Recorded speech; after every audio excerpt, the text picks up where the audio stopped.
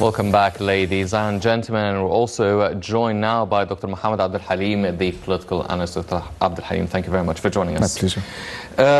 Dr. Amir, first of all, the BRICS group, which includes Brazil, Russia, India, China, and South Africa, what does it mean for Egypt to participate in the 10th BRICS summit?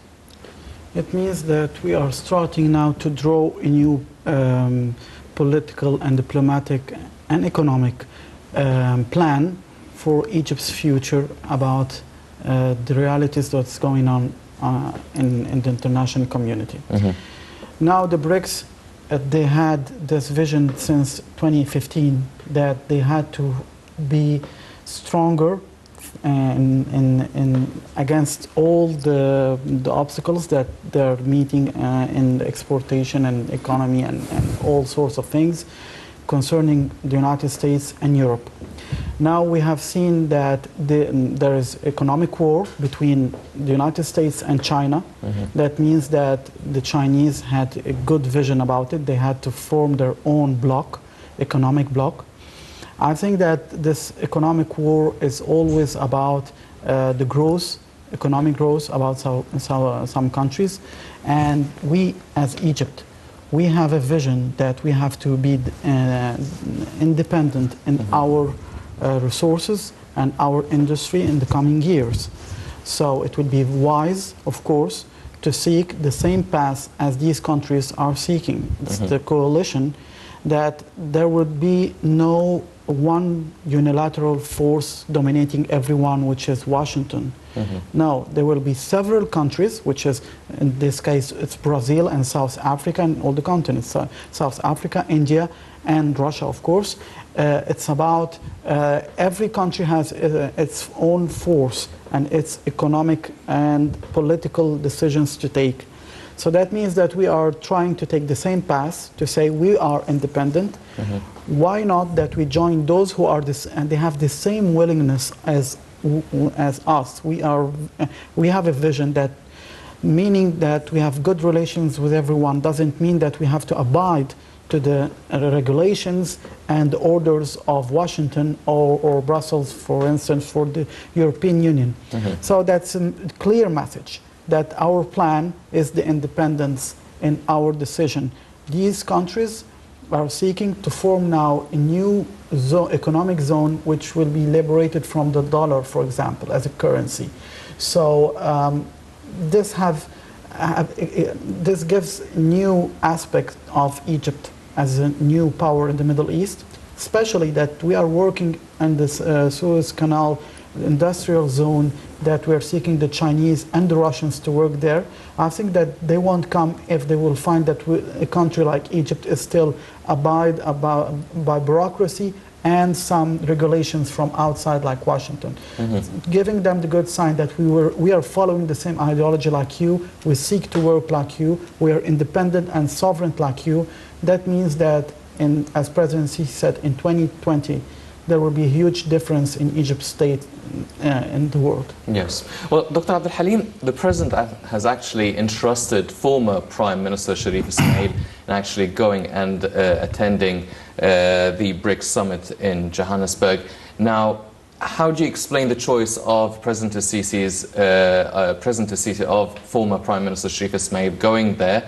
And really, does it feel like, because Egypt already has a lot of agreements with most of these countries individually, independently, but does it make a difference that now we're going there and participating through them as a group through the BRICS? Right, you can really detect what sort of diplomatic mission from the sort of the delegations actually mm-hmm. that would accompany the guest who is going to actually to travel here and there.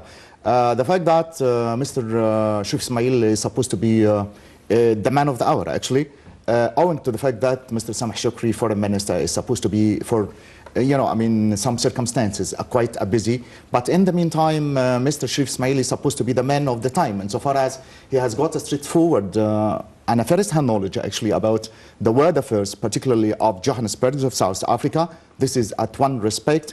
At another, the man is very much quite aware also of the economic tribulations in that particular part of the world, and quite participating with a previous sort of a knowledge, first-hand knowledge, I would say, of previous affairs within the same respect. In the meantime, accompanying, the assistant of His Own Excellency, Mr. Sisi, for economic affairs. In the meantime, that would give us the impression that from an economic point of view, there would seem to be quite a prime concern on the part of both men, actually. The assistant of His Own Excellency, Mr. Sisi, on the one hand, and Engineer Sharif Ismail on the other. The fact that the BRICS, as it stands, seems to be the 10th session, very much important at this particular stage, geopolitical importance, actually. Particularly, Johannesburg is supposed to be the second meeting ground for the second time outside, and in the meantime acquiring outstanding exceptions and very much valuable assets for Egyptian political authority in the meantime. At one respect, the importance of the BRICS, what stem out from the existence of two prominent figures actually within the group, that is Russia on the one hand and China on the other. Being permanent, countries occupying permanent seats within the UN Security Council, for one thing, and for another, actually, they are supposed to be practicing a large number of schematic programs, actually, and very much aspiring and very much astounding steps towards achieving a large number of, economic, cultural, as much as military details within both Africa and Asia, on the other hand. Let us analyze first, actually, the existence of all these countries within the BRICS. First, China is very much getting benefit and very much utilizing its suitable chance at its own disposal whenever, actually, it would participate in that sort of summit. And so far as it would give China, at one level, a first step toward the step towards getting into the heart of Africa as much as Asia in the meantime, promoting its own interests by establishing a national bank with about $70 million, actually, out of $100 million. That would give us also another impression that it would have the pride of place and the upper hand, actually, in getting into economic chances as much as suitable opportunities, actually, to promote its own interests. This is at one side. At another, it may be, in the meantime, one way on the part of the Chinese authority, actually, to try to emulate the grip of the new American administration, particularly during the course of the previous 2 months. You can really find that Mr. Donald Trump is practicing the aggressive steps towards maximizing the value-added taxes and hiring the taxes on the items that would come from both the West as much as China in the meantime. Well, we're going to be talking about the conflict between the Chinese economy and the US administration. But first off, this summit is actually dubbed as BRICS in Africa, Collaborator for Inclusive Growth and Shared Prosperity in the Fourth Industrial Revolution. Now, the 5 countries of BRICS are from all over different continents around the world. Why did they choose Africa as the pivotal point for this summit? And what does it exactly mean, the Fourth Industrial Revolution? Well, it's very clear that now countries like Russia and China are very, very interested in Africa. We have the Chinese now in every part in Africa, in all the kinds of the mining systems, in the industrial developments. Strategically for Russia, just I got the news that there were 3 journalists in Central Africa killed there from Russia. So Russia is present in all aspects in Africa also. They are interested in what's going on in this continent. They know that the West, primarily, they got their industrial civilization from it, revolution from it. So why not now they will seek the same cooperation with the African countries seeking the cooperation. There is a very important fact that took place a few days ago before the summit between South Africa and Russia, which is, there's in the agriculture system in South Africa, there's a great problem between the ethnic, the white farmers and the people of South Africa, the Africans or blacks there. President Vladimir Putin had this agreement with South Africa that Russia, who needs people, because Russia has a problem in the demography system. They're about 148 million. So they have a vast territory. They received, few weeks ago, 50 families from the white farmers to settle in North Russia. So that means that even the cooperation, it's mixed between finding a solution which South Africa is facing now, which is a security and political and economic problem between the black farmers and the white farmers. The white farmers seek to find another place. So Russia offered South Africa in all these commitments that we will take these people in our land. We will offer them for the first time the citizenship in Russia. They will settle there. They visited the lands. They were welcomed by the Russian people. The Russian authorities gave their papers, and they settled there, and they transferred their experience they had in South Africa to northern Russia. So that means that there is a collaboration in even the social and economic problems within each country's internal affairs. Let's say that Africa now, it's a gold mine for these countries like China and Russia. And the important fact is that they are aware that the African countries are not like in the past seeking to go to Europe. No, they want to develop their own capabilities to work on there. So that's why they're establishing new and concrete cooperation in the lands of these countries. Finding the solution, as I said, for the 50 families to go outside South Africa, it's an excellent sign for the whole continent that Russia could help these African countries and the African people regain their territories again and find a new solution for it. So let's say the new revolution, this revolution, is that there will be a new cooperation, as we say it in French, tête-à-tête, between the African people and those who are outside the continent. Yes. Well, Dr. Abdulhalim, you've mentioned obviously the conflict, the economic conflict between the two biggest economies in the world, China and the US.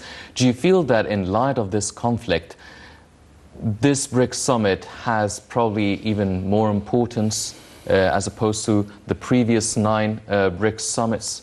Of course, yes, it makes quite a different point. During the course of the previous 9th one, that was supposed to be, the 7th of 2017, by the attendance and the invitation on the part of the Chinese president, actually, to His Own Excellency, Mr. Sisi, to attend under the slogan, "Remote towards a better future, towards a brighter existence," actually.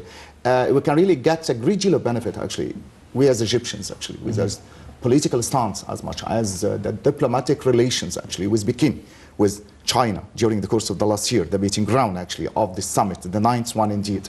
And we would come up with a large number of very much successful programs, achievements, part of which and part of it was commonly regarded with the expansion of the Suez Canal, as much as the establishments of the roads and the new buildings and a large number of electric, plants and a large number of issues. But actually this summit actually seems to be quite acquiring a very exceptional outstanding insofar as actually it comes at a very crucial point in the history of the relations between both China on the one hand and the new American administration as represented by Donald Trump, actually, particularly whenever, as I just said a couple of minutes ago, that he was very much practicing his own aggressive steps towards minimizing the stature, the economic as much as the political existence of China.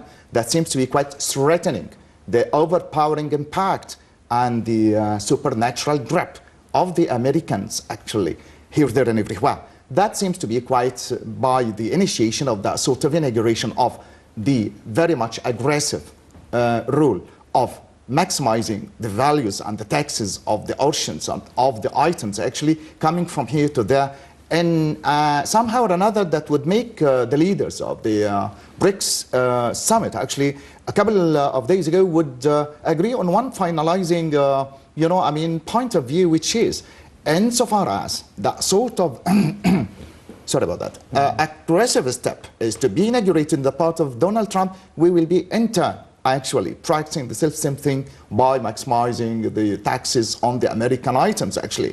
A sort of turbulence, actually, that would lead the world trade into a problematic issue for the benefit of neither here nor there. And as such, actually, they have got into a very much compromise at the end of the day that this sort of BRICS summit, actually, in somehow or another, is one way of minimizing the sort of the grip of the American administration on the world portrait, in much the same way that it integrates another way for both Russia and America actually to get into the heart of Russia as much as Asia, as represented by the establishment of the World International Bank, promising a large number of projects actually. In the meantime, offering what you might call the BRICS Plus, that would include a large number of what you might call third world countries, or those developing countries that are not very much entitled the right place actually within the word portrait actually. And as such, they would think that in that way actually they would seem to be quite very much helping each other as party against as much as defending themselves against the regulations and the orders, as much as the canons actually of the American administration that at the end of the day are very much not in favor of their own existence, neither here nor there. Yes, well, do you think, without getting into the BRICS Plus just yet, but do you think that this means that the US administration would actually look at the BRICS in an unfavorable sort of attitude? I mean, everybody knows the conflict they have between the US and China probably won't be as big of a conflict with Russia, but do you feel that the US might be frowning upon any agreements the BRICS would actually reach with countries such as Brazil and South Africa? No, I wouldn't say so. No. Actually, within the world of politics, there is one, final target that would be reached at the end of the day, which is the insistence every now and again on the mutual interests, actually, for the benefit of each single individual country concerned within the political game. And this is highly represented by the Chinese interference within the initiation of the Silk Road, as much as the road initiation, or the road initial actually.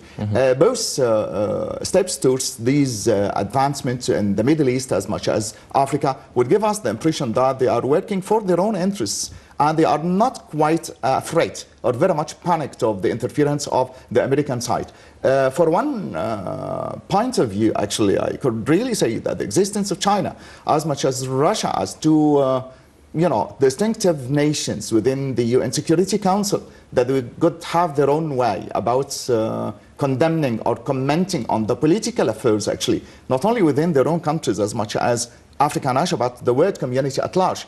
And as such, I think that America would have to be very much cautious about their own existence and about their own interference within that sort of very much massive success by establishing routes and expanding their own strategies, by offering a helping hand for those poor countries as much as finding their own way towards the heart of the black continent. That would seem at the end of the day, I would say very much threatening, but not very much forbidding them from continuation of their own intentions, actually. Yes. This is at one level. At another, I would really summarize one main important fact, which is, both China and Russia are very much noteworthy and very much quite propagating a sort of diplomatic relations and consulatic ties with Israel, the sort of the very much near and very much dear and very much petted ally actually for America.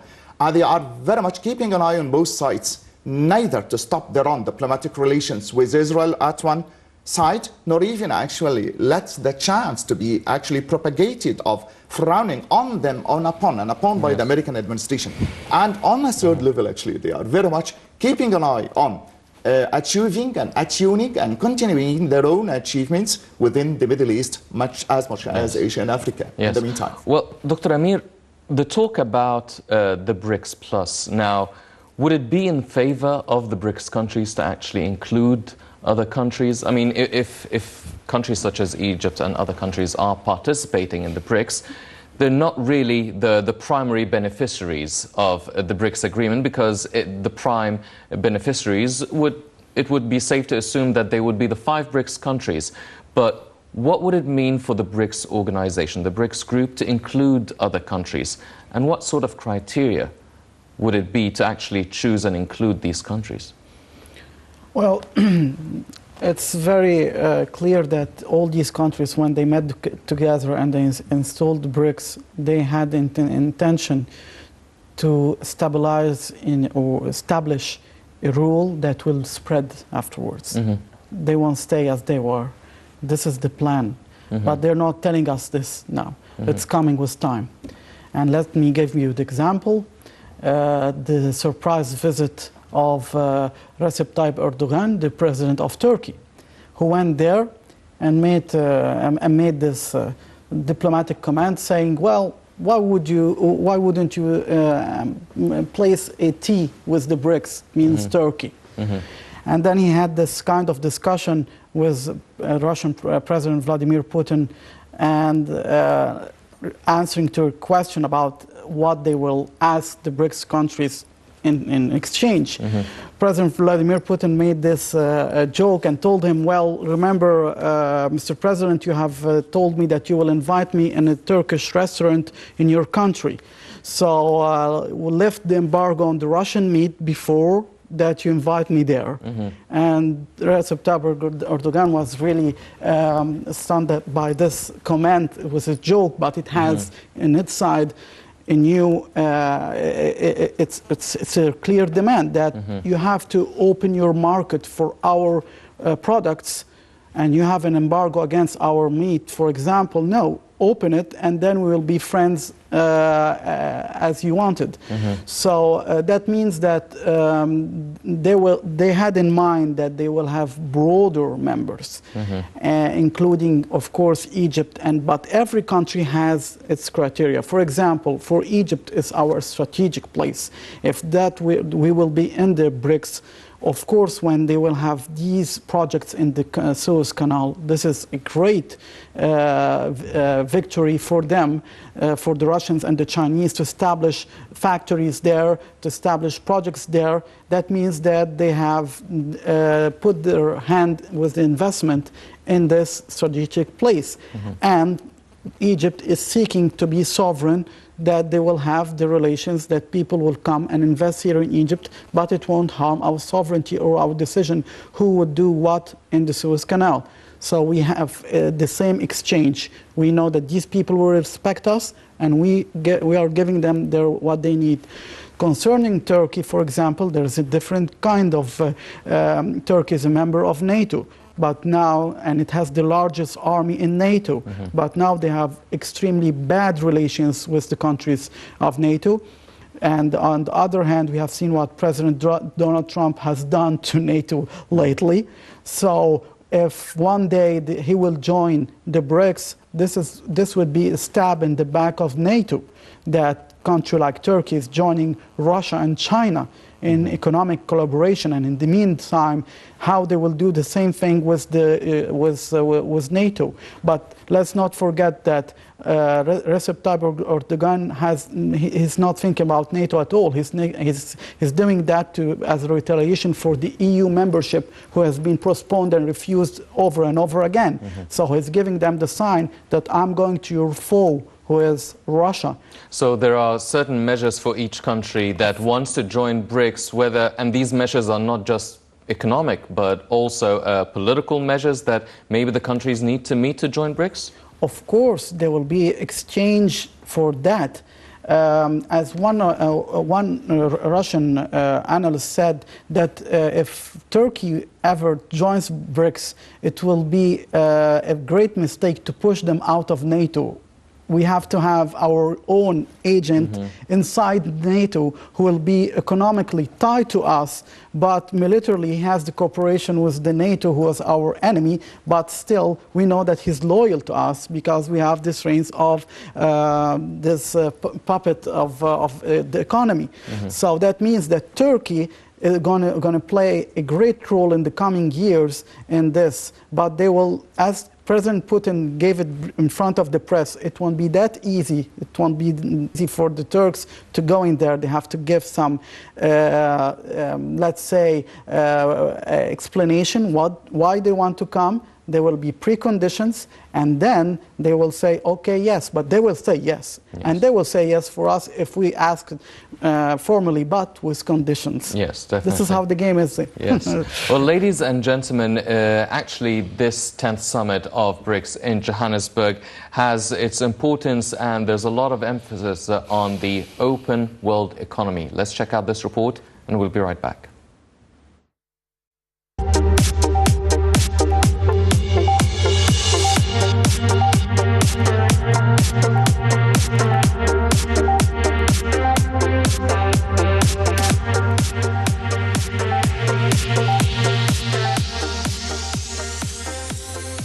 The BRICS summit in Johannesburg has shown the world that the BRICS countries unanimously oppose trade protectionism and remain a powerful force for maintaining multilateral trade systems.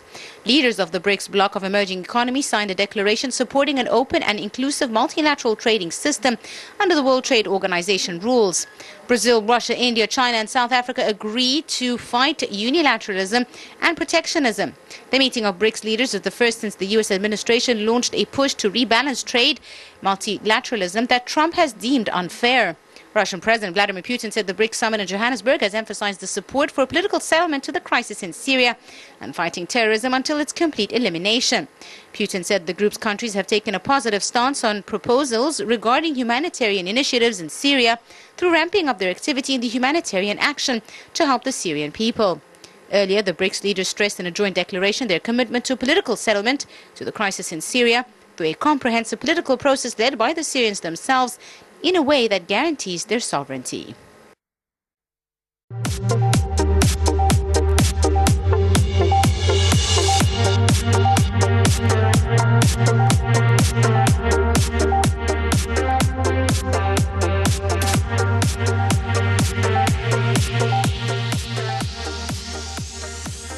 Welcome back, ladies and gentlemen. Dr. Abdulhalim, now talking about an open world economy. Now, the leaders of BRICS have actually emphasized in this summit two words, the principles of democracy and multilateralism. And this, it seems like it's a response to the U.S. administration and the U.S. attitude of America first and the protectionism. Do you see this summit as some sort of a response or an official reply, not just by China, but also the five emerging strong economies of the world that constitute BRICS? They are keeping with the word international politics and keeping an eye on the American administration on almost every single, step. But in the meantime, they have privatized agenda, actually, of achieving and attuning themselves to their own materialistic ends at the end of the day, which is establishing and promoting their own economic stabilities as much as the widespread advancements within the programs, as much as the word trade, and exchanging their own interests with each other. One main important fact that I'd like to draw the attention of the viewers to, actually, which is they are very much cooperating within one unified end at the end of the day.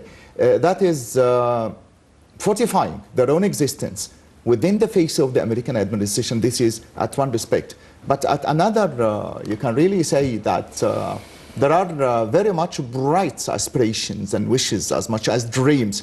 You are absolutely right in saying that they may be, in somehow or another, attuning themselves to the highest aspirations of the American dreams and America first, and the willingness of the ascending the social ladder as much as the political sublimity as much as the Americans are. This is quite right. But in the meantime, you can really find that the Communist Party, during the course of the last meeting that was to be held in 2017, there was another quite similar aspiration, quite very much like to the American dream, which is the Chinese dream in the meantime.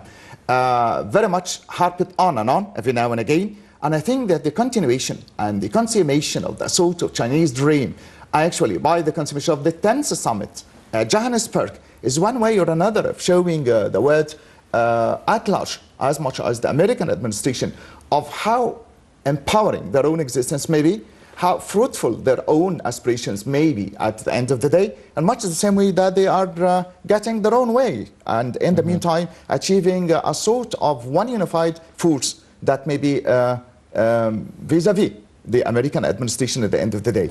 They have got one interest that they would have to achieve at the end of the day, which is, promoting their own materialistic ends. But in the meantime, their own existence side by side with Russia, maybe implementing one main unified target, which is at the end of the day confronting any sort of threatening voices that would come from here, there, or at anywhere. But in the meantime, one main fundamental fact also that I like to tackle, which is there is one slight, quite indirect instigation on the part of all these administrations to try to invite Egypt actually to be there, on top of the pedestal, on top of the political agenda actually, on the political social scene as much as the political, arena, I would say.